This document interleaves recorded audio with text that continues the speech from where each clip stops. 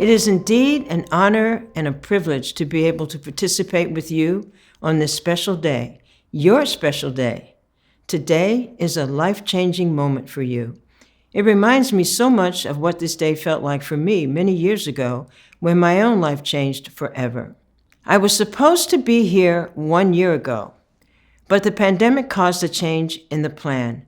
And I think we can all agree that a lot has happened since last year, so not too long ago, I decided to look at your website. On the very first page, I saw something that resonated strongly with me. There, on that page, was Georgia, with a quote from her that read, "My whole life, I've felt like I've been in places where I didn't belong, but Labouré was like home." That quote reminded me of my medical school education and my experience there. I was 30 years old, working to support myself and going to medical school. Like Labouré, my medical education was stellar, but unlike Labouré, unlike George's quote, the environment did not feel like home. There was a constant, subtle, yet palpable reminder that you were not home. But I never felt I didn't belong there. In fact, I felt strongly that I belonged there. I had earned my spot in the class, but I had a stronger driver of confidence and intentionality that actually sustained me through the rigor of it all. And that was that I knew that when I got on the other side of school, when I graduated, I was going to make a difference in the lives of the patients I encountered every day. Because I felt that I knew them. I understood the root causes of their poor health outcomes. I believed in them, and I was going to listen to them and learn what matters to them, with a goal of enabling them to achieve the stable health and wellness that they so desperately wanted, like the rest of us.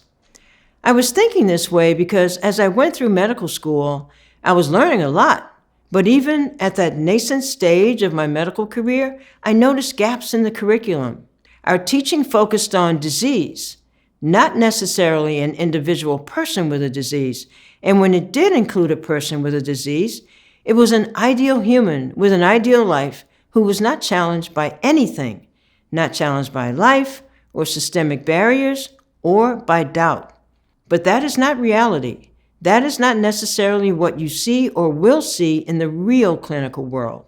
You will definitely see people with disease, and sometimes you will see the same people repeatedly with their same disease out of control. But it will not be out of control because they don't care or didn't try.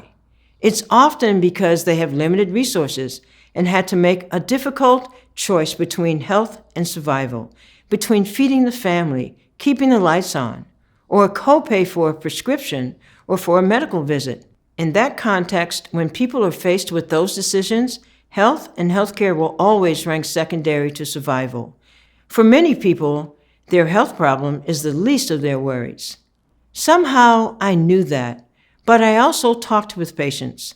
I learned about their challenges, and it became clear to me that they were making rational decisions.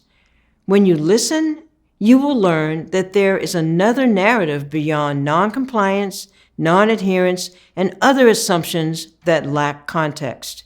Events of the past year have brought a new awareness and context for why people do not thrive equally. Somehow, a pandemic cleared the smoke that has previously prevented the obvious from being visible. The most common thing I heard people say last year was, "I didn't know."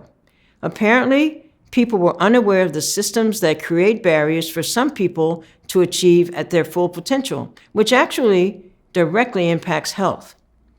Data show correlations between low income and lower health status, and low education and lower health status, and even lower life expectancy. People have named health disparities and other disparities for a long time, but they have not interrogated them.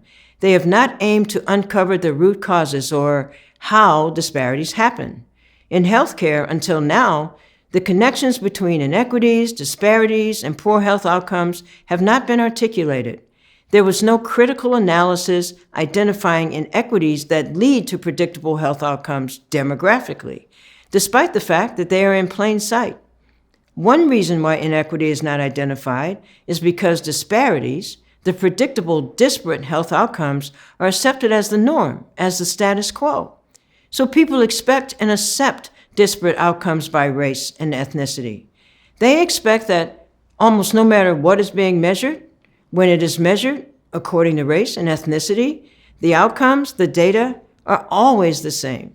People of color do worse than everyone else, with Black and Latinx people always leading the way.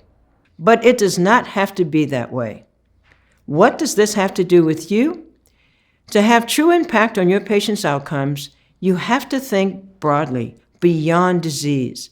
This is especially true with those patients you will see repeatedly who have problems that are not irreparable. Generally, we treat them repeatedly. We reset them to baseline. But without understanding the root cause, we will discharge them right back to what is driving it, and the cycle will start again. We now recognize that gaps in income, housing, and food drives those cycles. We also know that sustained health and wellness means doing more than merely filling gaps through charity exclusively into perpetuity.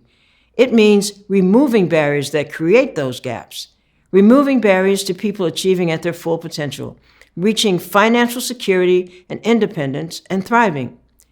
We make this possible through partnering and connecting people to resources that mitigate and eliminate gaps. Please take your education to the next level. Practice your profession with curiosity. Do not limit your intellectual gifts to accepting the status quo.